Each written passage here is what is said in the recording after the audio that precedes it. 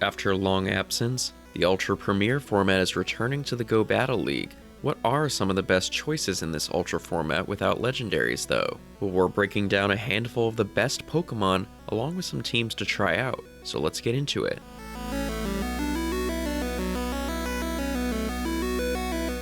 Welcome back everyone.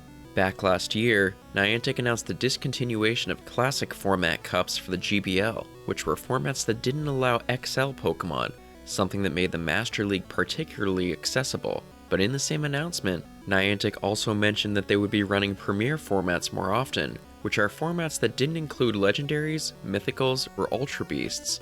But after that announcement, we never did see another instance of Ultra Premier, and only one appearance of Master Premier, so it seemed like a false promise.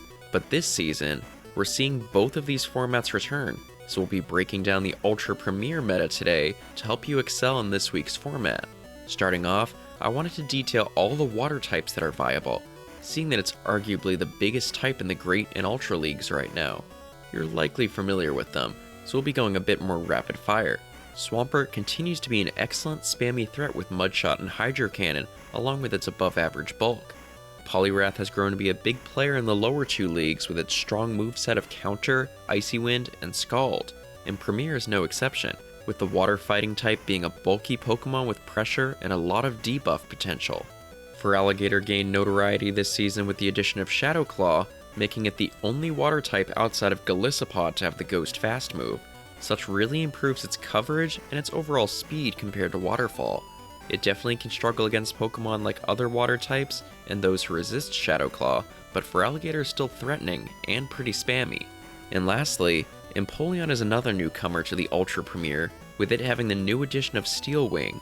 This gives it better energy gain and more room to hit back at the Dragon and Grass types, which is pretty unique for a water Pokemon. The trade-off though is that it isn't as strong against Fire types and other water types, but still, it can make for a great addition to your team.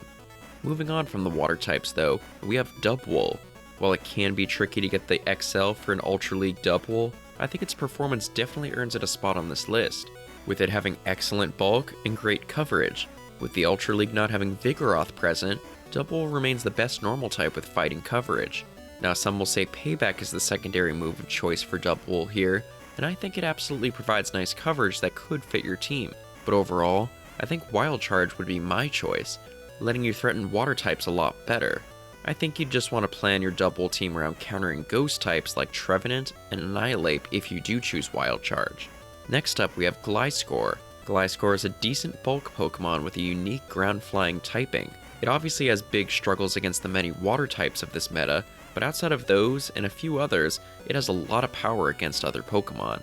And while Gliscor normally runs Night Slash in the Ultra League to fend off Giratina and Cresselia, without them, I think Aerial Ace is the overall better choice, giving it a better chance against things like Poliwrath, Golisopod, and Mandibuzz. Now a big Pokemon introduced last season was Annihilate, who has seen pretty good use in the Great and Ultra Leagues. Annihilate's ghost fighting typing offers up some really valuable coverage, resisting fighting moves itself like Counter, while being able to dish out its own fighting damage is already great. And Shadow Ball covers a lot of weaknesses, allowing Annihilate to fit into a lot of teams as a nice generalist. And last up we have Goodra, who saw a pretty nice rise this season with the addition of the newly buffed Aquatail. As a reasonably bulky dragon type, Goodra can deal with the majority of the grass, fire, water, and electric types in the format, which makes up a lot of the meta.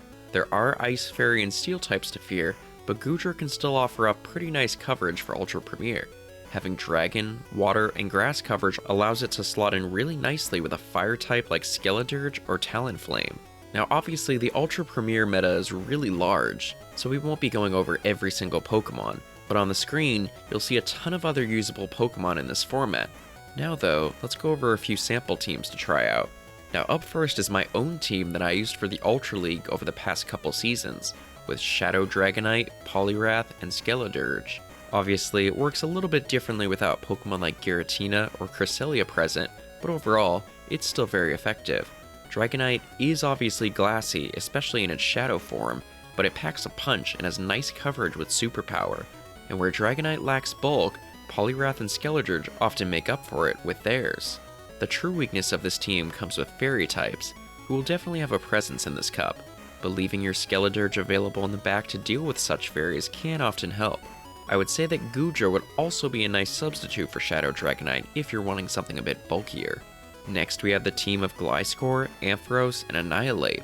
Now Gliscor is obviously a vulnerable lead to any water type, but I do think it'll do well outside of those Pokemon, and Ampharos does still make for a nice save swap. Here I would actually consider running Trailblaze on it to hopefully catch any Swampert players off guard. And Annihilate as a closer would still fear something like Feraligatr, but it can often brute force its way through most other Pokemon, especially if their shields are down, which is exactly what Gliscor and Ampharos are for. And lastly we have Dragalge, Dubwool, and Charizard. Now Dragalge's coverage is really interesting in this meta, being a dragon who doesn't crumble to fairies like Dragonite does. That said, you still want backup plans, and that's where Charizard as a closer comes in, but Talonflame can also be used there.